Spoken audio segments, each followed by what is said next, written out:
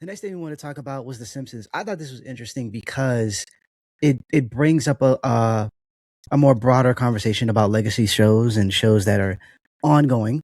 But The Simpsons, based on Nancy Cartwright, who is the voice of Bart Simpson, she was saying that because they recently got uh, renewed to season 40, I believe. Mhm. She was saying that via an interview that she's assuming that it's going to end at 40, that the series will no longer be a thing after season 40.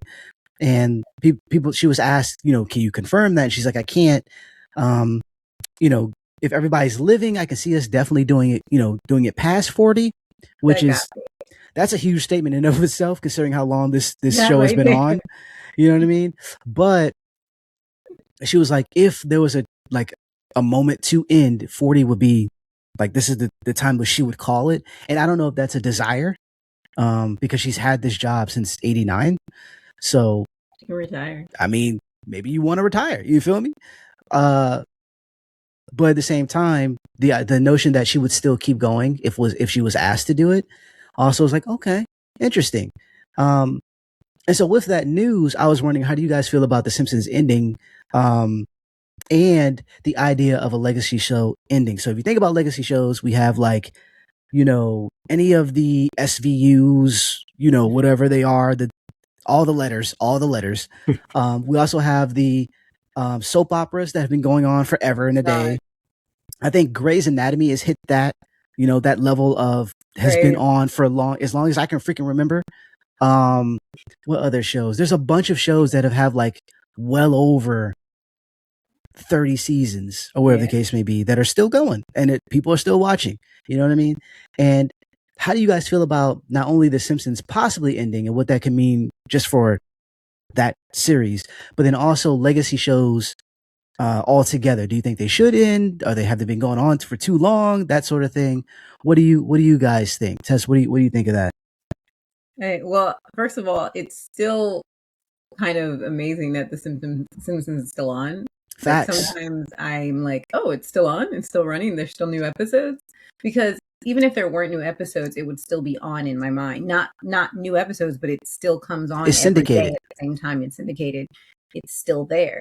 So whether it has new episodes or not, honestly, I guess in more recent years of my life isn't really affecting me in a sense. But when every time I learn that the show is still on and it's still having new episodes, there's kind of like a warmness, like a happiness. I'm like, oh my god, our show is still on. The show we grew up on.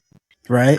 I thought when I read the part where she said, "Oh, if everybody's still alive, then yeah, sure." And in my mind, I was just like, "God, that's so like." I mean, it's realistic. Like people die. Right. Sam Neill just died. I was literally distraught, and I was I was at work, and I was like, Sam Right. died. And then my Xfinity rep was there, and she was like, "Oh my god!" And I had to Google real quick. She didn't know who it was. And she's like, still didn't know who it was because she don't know who anybody is. She don't know who Vanna White is either. And I'm Oh my like, god. she's special. Young people, we don't know them. We gotta help them because they can't help us. No, We not gotta at all. help us because when we're old, they're gonna.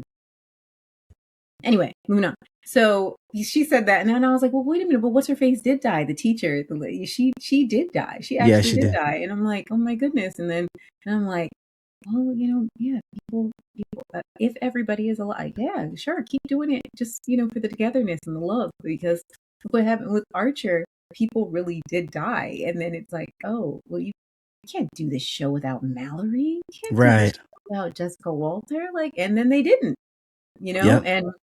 I mean, they did, but it was Just never like the one extra season, I yeah, think. next Yeah. season, just like, oh god.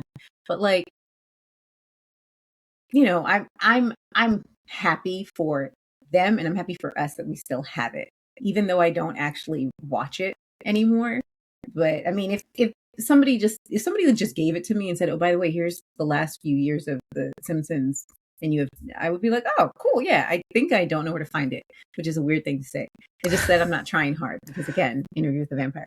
But other shows, again, like Grey's, like legacy shows. Grey's has been on for almost 20 years now. Grey started in 07, I believe. And Yeah. and I didn't actually start watching Grey's until the hospital shooter season. And that particular episode was my first episode. So I had to ask myself if I was willing to actually go and watch it for real, because that episode was so traumatic. And I still remember what was happening in that time frame. Like, I remember picking up the phone and calling my friends. We were on Freeway, and I was like, this is the show you guys always want me to watch? Like, what, It's traumatic. It was extremely traumatic. I was crying when I picked up the phone, and we was on a commercial break, and then it was like, oh, it's coming back on. Okay. We'll call you back. We'll come back. And then I'm watching. I didn't even know who these people are. And I'm crying because what? Like, Bailey is dragging a body into trying to get into the elevator so that she can save his life in an OR, and then he just bleeds out and dies. What the hell kind of trauma? It's like, I don't deserve this. So maybe all these legacy shows need to just go, because you're hurting me. It's bad for my soul. And we really do feel this way because, okay, let's talk about actual soap operas, daytime soap operas, not the evening soap operas. The daytime soap operas, okay? First of all, they shouldn't exist because I watched those when I was a child, and it really, really had a hold on me in my formative years. And I'm a totally messed up person because of General Hospital and One Life to Live and All My Children, because the ABC soaps had me hooked. I was on One Life to Live, not One Life, Days of Our Lives at a period of time. Okay? I was there. I was locked in. Dude with the eye patch and shit. And then he ended up going to General Hospital. I was locked in. And then anyway, I stopped all those other channels. It was just ABC, because that was the only channel that really our antenna could get. So, I mean, just facts. Those shows had a hold on me, and then I was addicted. And then now they're still running. I mean, just Days of Our... No, wait. General Hospital is the only one. And then like all the actors from the other shows are now in that show. And it's so weird. I'm like, wait, who are you supposed to be playing? I think Snoop was on one of those shows, actually. Probably. And then people die, just like we're talking about. She's like, if people are still alive. No, they literally died. Lila died. Edward died. The guy who played Asa Buchanan died. The guy who played on All My Children, the one who played the twins, Stuart and Adam, very, very, very important role. When he does, damn, oh my goodness. I mean, mind you, they had killed Stuart years prior. I guess he just didn't want to play two people anymore. Okay, back to the subject at hand.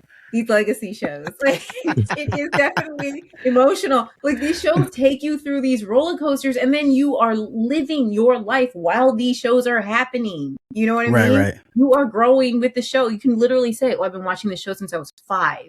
And you're 45 now, And then, hey, I feel a lot of ways, but also what we talked about last week was me not feeling so that I could regulate my emotions. Same. So it's an emotional journey.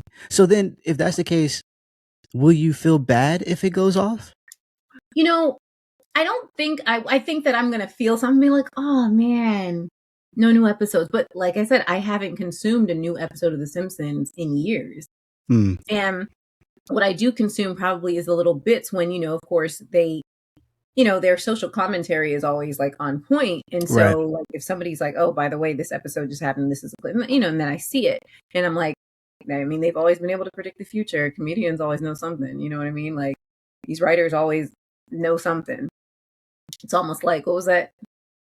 Stranger Than Fiction, where she was actually writing the story as it was happening. Oh, yeah. But no, yeah, I think I would feel a type of way, and probably hold like a little space in my heart, because the show was so important to childhood. It was something that everybody watched, and if you weren't able to talk about it at school or something when the new episodes came out, like, oh, you're not cool.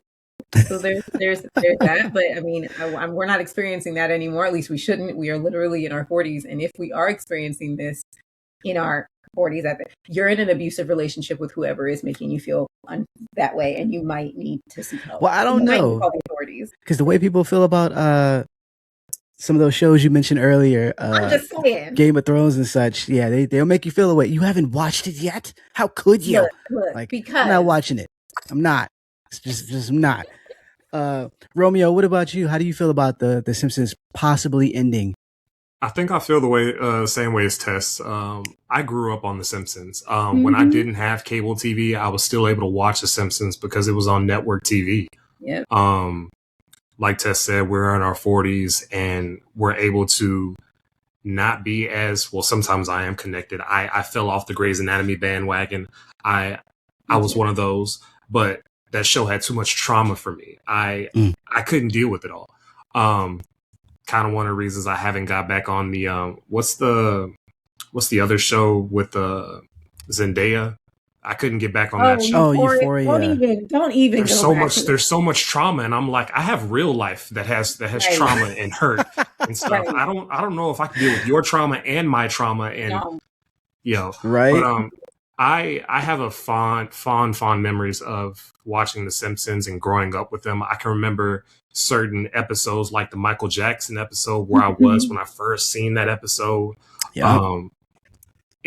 I would feel sad if I wasn't able to consume it anymore. I actually watched a couple of newer episodes earlier this morning, and the social commentary is still there. The play on politics and everything, it's still there, but it doesn't hit the same for me.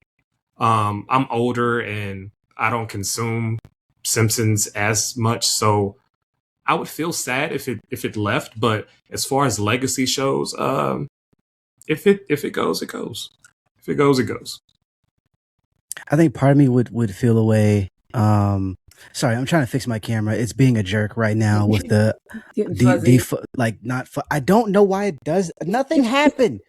We were cool, and then it was like I just don't want to focus no more. So I'm just gonna be blurry. It is what it is.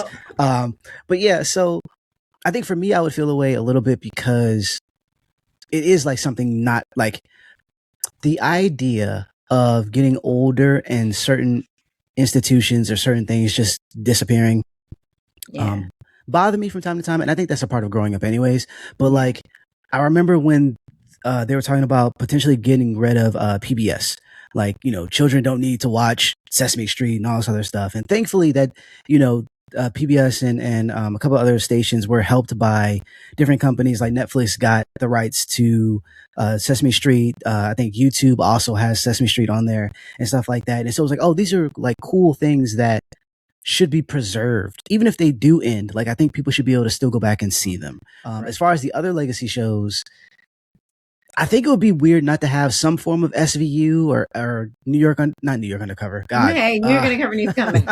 But like that something, you know. And part of me is like that because I follow Ice-T on social media, and he's always talking about it. He's like, they brought me back for another season, y'all. So we up in here, you know what I'm saying? I'm like, yeah, son. Like, you know what I'm saying? Keep working, you know. And just, you know, doing the stuff that he's doing it's just really fascinating to me. To have a job for that long and to like it. You mentioned Vanna White. Like I think she took a minor break at a certain point, but for the most part, she's been one of the only people that's on the Wheel of Fortune the entire time. You know what I mean? That's a legacy thing, and she spoke about it, how much it meant to her, and the fact that she could still do it. You know, and nowadays we don't really have that.